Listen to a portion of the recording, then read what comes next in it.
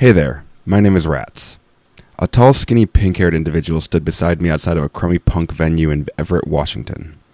In the summer of 2022, I moved across the country from just outside of Detroit, Michigan to Seattle, Washington. At the time, I was living in the worst apartment of my life, just 2 blocks from Greek Row in the University District right next to UW. At the time, I was loosely dating somebody who lived about 30 miles north of me in Everett. Having been from the Midwest, that didn't feel like that big of a drive, but in the PNW, it was a much different beast. By the time I had ended up outside that tiny venue, watching Frankie and the Witch Fingers tear the place up, I was emotionally, physically, and psychologically a mess from the previous year. It was now my first winter in the PNW, and I had been living here for about 6 months and dating my partner for about 2. Hey there, my name is Rats. There stood the skinniest person I'd ever laid eyes on. Long, stringy, neon pink hair and a missing front tooth with the biggest smile. I somehow hadn't even noticed them walk up to me at that time. Hey, I'm Lee. I introduced myself to them with a soft smile, about all I could muster at that point in my life. You look like you could use a friend for the night, Rats replied again, flashing that holy smile of theirs. I wasn't sure what they meant by a friend for the night, but nothing else seemed to be going well for me at that time, so I agreed.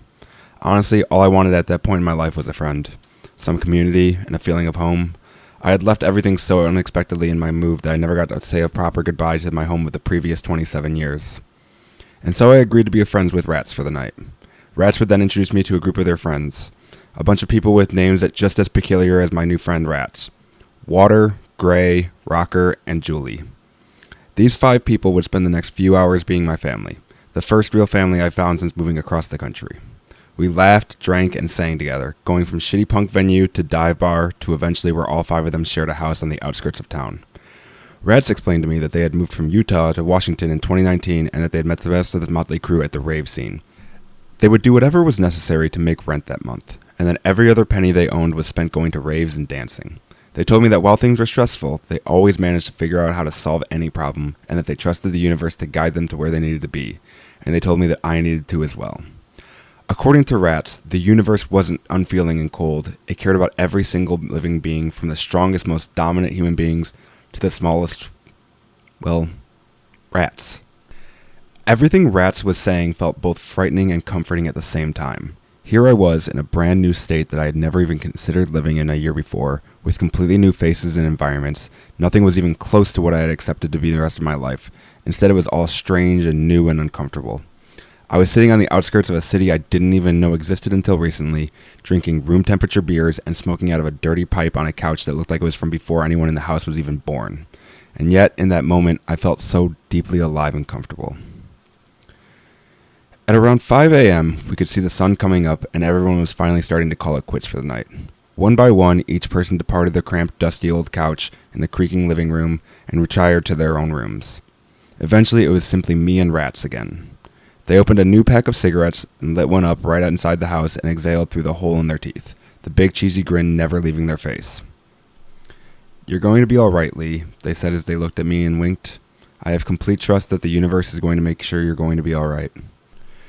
With that, they hugged me and headed off to bed, leaving me to my own devices as I slowly picked up my belongings and began driving back to my crummy apartment in Seattle.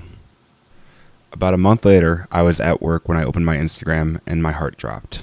A screenshot from a notes app. It was an apology.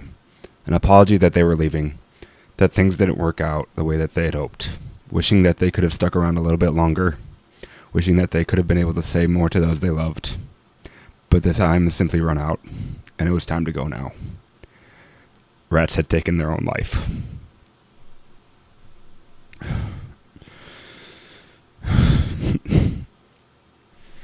I never talked to Rats after that one single night. I never talked to any of the roommates either. I didn't know who any of them actually were, nor did I have a way to contact them. All I had as a tether to that world was Rats, and now it was gone. But at the same time, it wasn't. Rats was gone from the world. I would never see that toothy grin of theirs again. I would never see them rip a full cigarette and exhale through the gap in their teeth, nor watch them brush the thin, stringy, neon pink hairs away from the lighter so that they didn't catch fire. But Rats still sat next to me on the couch. Rats still introduces me to every single person I meet out here. Rats still lights up a cigarette and blows it into the wind at every single punk show I go to. In my deepest, darkest moments, Rats tells me that everything will be alright. Rats still comforts me and shows me what it means to be family, even if that family only existed for a single night. It's been nearly 3 years since I met rats. 3 years since they decided to leave this physical planet and become one with the universe, the exact thing they spent the entire night preaching. 3 years since I first struggled with finding my footing in community in a strange and unfamiliar place. I'll never talk to rats again. I'll never be able to thank rats for everything they did for me. How they helped a scared and struggling person more than I think they had any clue. But rats still talks to me. And I carry a part of rats with me and will to the day I die. I choose to carry on because carrying on means that rats will carry on as well. So thank you, rats. Thank you for everything you could have possibly done. You saved me. I wish I could have saved you as well. I guess I'll have to settle for carrying you with me instead. For the rest of my life, I will think of your pink, messy hair every single time I see a rodent. Smile just a little bit.